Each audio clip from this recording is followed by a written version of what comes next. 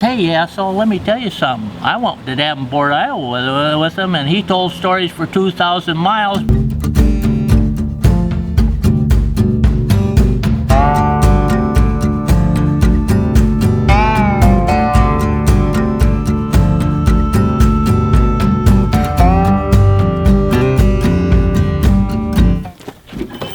Welcome to Randsburg. When I was 46, I bought that canoe. Went back to Illinois. I went to Natchez, Mississippi, 1,000 miles by myself. And the canoe was 12 and a half foot, 12 and a half. When I got into Mississippi, it was 12 and a half flood stage. At New Orleans, the Missouri River was coming in another 20 feet. The dock down there, this guy says to me, a fisherman, he says, "Where's your life jacket at?" Yeah. I said, "I don't have one." He says, "Why not?" I says, "Because I ain't afraid of the water. You couldn't drown me if you put a lead." Read that. That's me. When I was 46, I'm 72 now. I'm an old man. Oh, you're still young.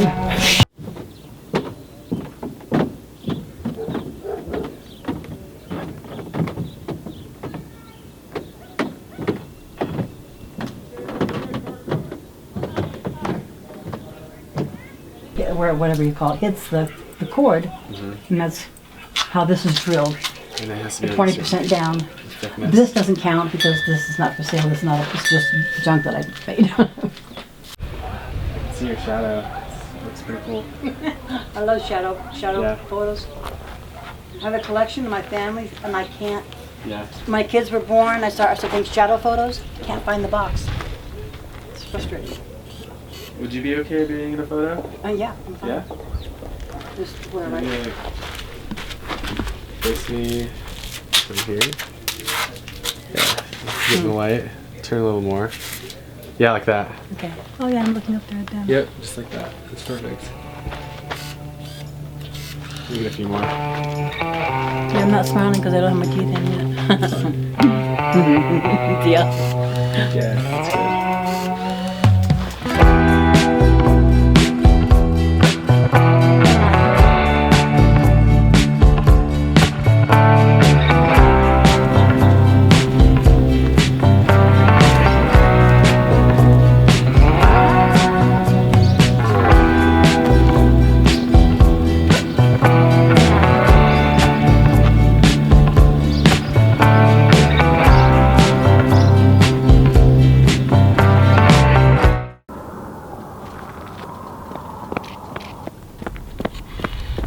So Thomas and I, we really don't have any true agenda. We're just going to different ghost towns. We went to Johannesburg, we went to Red Mountain, we went to Randsburg, and now we're gonna go to Trona, and we're gonna take some photos. He's here from Portland, so we're gonna go explore a little bit, but that's basically the plan for right now.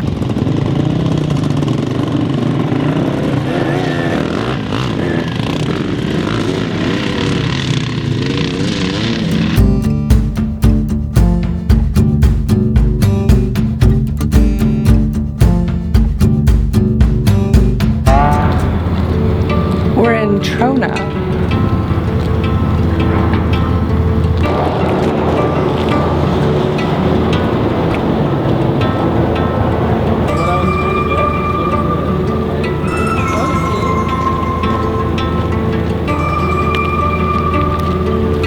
What I was trying to get, want to stand there again?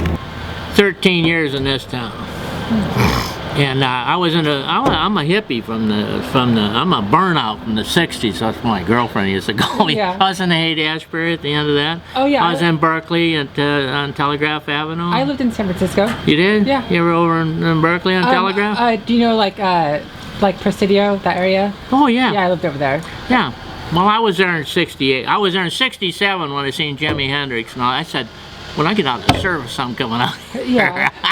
Oh. So, yeah. you know, I came out there and I was a hippie for 35 years in Berkeley. And then I got a chance to come over here, if you call it a chance. Well, you know, Huh? it's a different life out here. It's Well, it's, adventure. listen, a guy I met in Mexico on the beach, he said, I cooked for his family down there, you know, in Mexico and whatever, he says, and then I was back in Illinois and I came and stopped and seen him.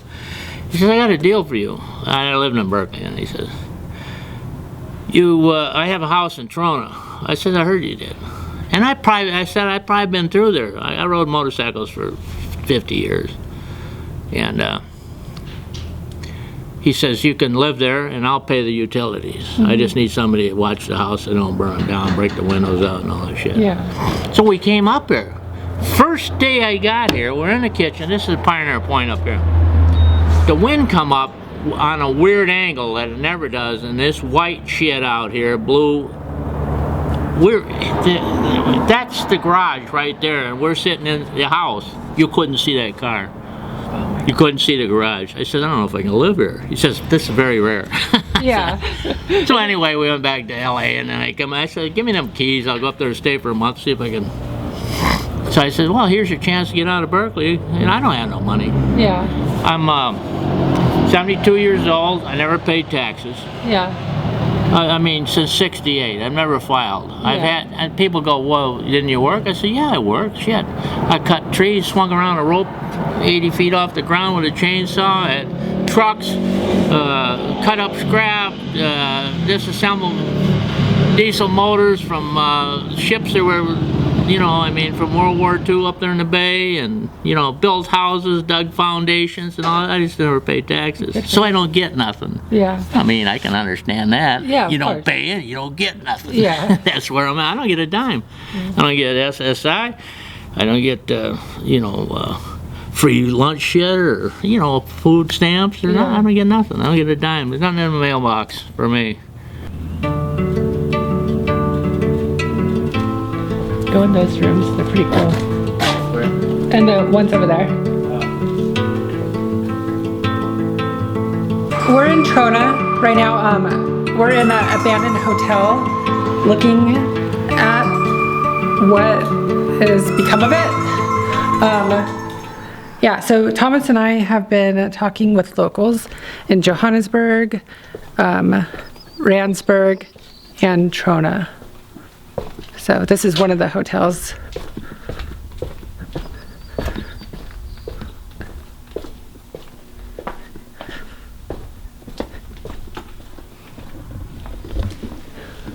Crazy, right? People just like come in here and it looks like they steal like the wiring and some. It looks like people live in here too, sometimes.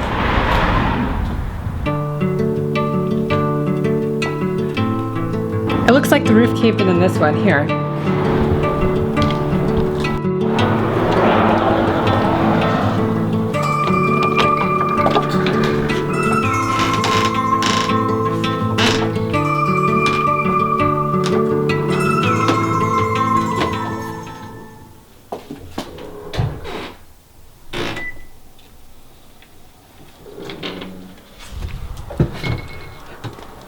It's so crazy in here. What is it? Here, we're gonna prop it open. See, there could be people. There's people like probably living in here, you know. Yeah, I don't trust it. Yeah, I'm not gonna go in there. Fuck that.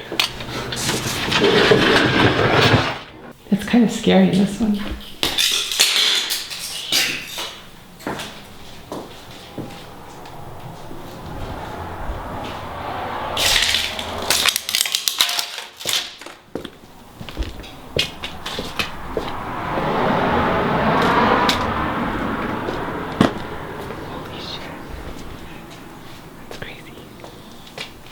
So anyway, I came over here and started making moonshine and shit, caught the garage on fire. Oh boy. We were having a big party. Big party.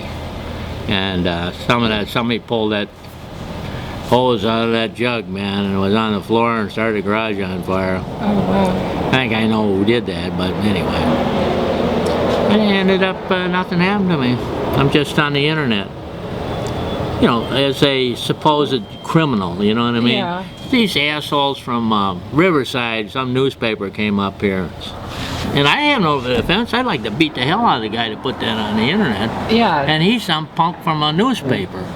That's not... And he says that I was making moonshine out of potatoes. Whole garage was full of potatoes. I never made moonshine, not named one goddamn potato. And what's the guy from Riverside doing way up over here? Well, the newspaper. Oh, yeah. Yeah. So he comes up and fabricates all his fucking lies about me. Yeah.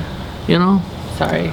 Well, I'm just saying, if I gotta go to jail, well, let Dave open the fucking door. I'm ready. If I have to pay my dues, whatever the hell you're talking about, I never did anything. Yeah.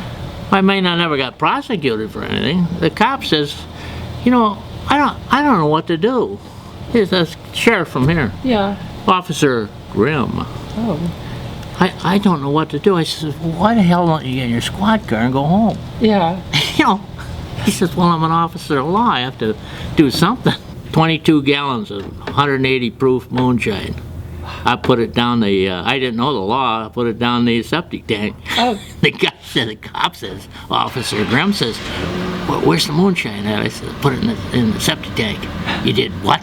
I said, put it in the septic tank. Yeah. So he goes back to the squad car. He's talking to the ATF down in goddamn San Bernardino, you know. Yeah. And so they give him that information, you know. And then the next thing, he's in the car and I'm disassembling the still and putting it in my truck. He comes out, what are you doing? I said, I'm destroying the goddamn evidence. So after the whole goddamn thing, the ATF wasn't coming up there to get me because they couldn't prove I was selling it. Yeah. And they just let it go. And Grimm says to me before he left, he says, now if I come by here tomorrow in civilian clothes, will you give me a quart of that stuff? I said, absolutely. Yes. After I give him the sales pitch about how great it was. Yeah. Yeah. There's a lot of motorcycles here. Harleys. Oh, that's a Harley. So right now we're in Trona, which is known as America's last living ghost town. Same with Johannesburg, Randsburg, and Red Mountain. You'll have buildings from the 1800s that are abandoned, and buildings in the 1960s that are abandoned. You'll have a house here where someone lives, then a house here that's burned down, a house over there where it's abandoned. Back in the 1800s, people flocked over here because that's where all the mining was going on, and this is where all the work was. Temperatures out here reach 130 degrees in the summer, and they're living in tents, which is absolutely crazy. So Thomas and I, we've been searching all the abandoned buildings, all the ghost towns, talking with locals, learning more about the city and the history and what has gone on here. You know, you have saloons from the 1800s that are still open, over 100 years old. You have schools.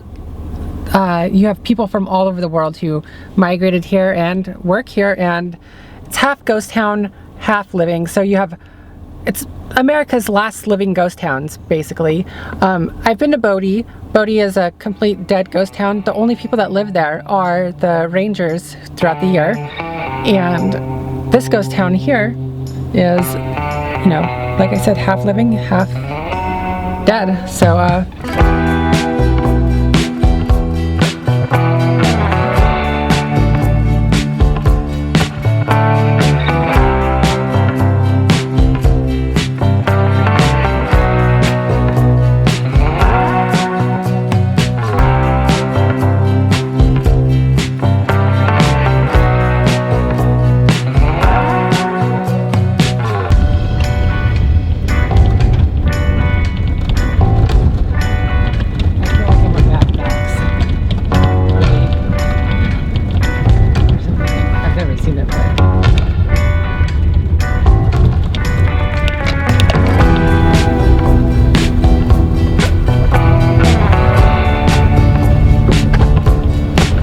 Thomas and I are doing a little photo shoot now, and that's what's going on.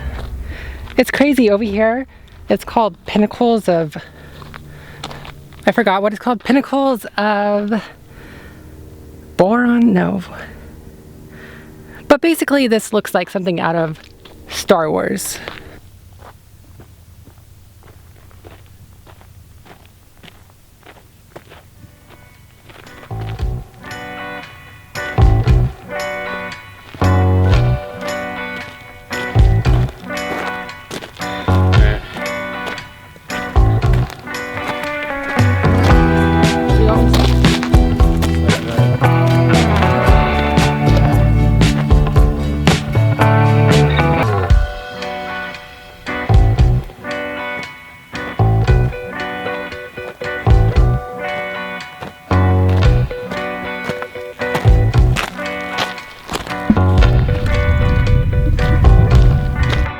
I told stories of my life for 2,000 miles, and he never said a goddamn word.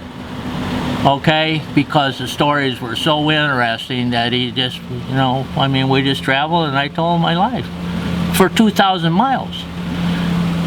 So a couple years later, we're up at an antique thing up there by Sacramento. And I'm out there drinking moonshine and I'm telling stories. And this guy, it's like 1 o'clock in the morning, he goes, when in the fuck is he gonna shut up with all those lies? And this guy, Gary, that heard all this shit, he says, hey, asshole, let me tell you something. I went to Davenport, Iowa with him, and he told stories for 2,000 miles. We were apart from each other for a week back there.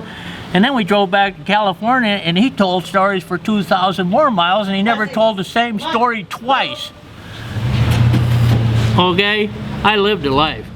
I don't know what to tell you. I'm here, and I ain't going nowhere. I'll die here. I've been here before, driving through to Death Valley. Yeah, well, I have a container full of motorcycles and parts and shit all over the yard, and you're welcome to stop there anytime. All right, thank you. But yeah, I mean, you know, come on up. All right, sounds good. Yeah, we'll drink some moonshine. Woo-hoo.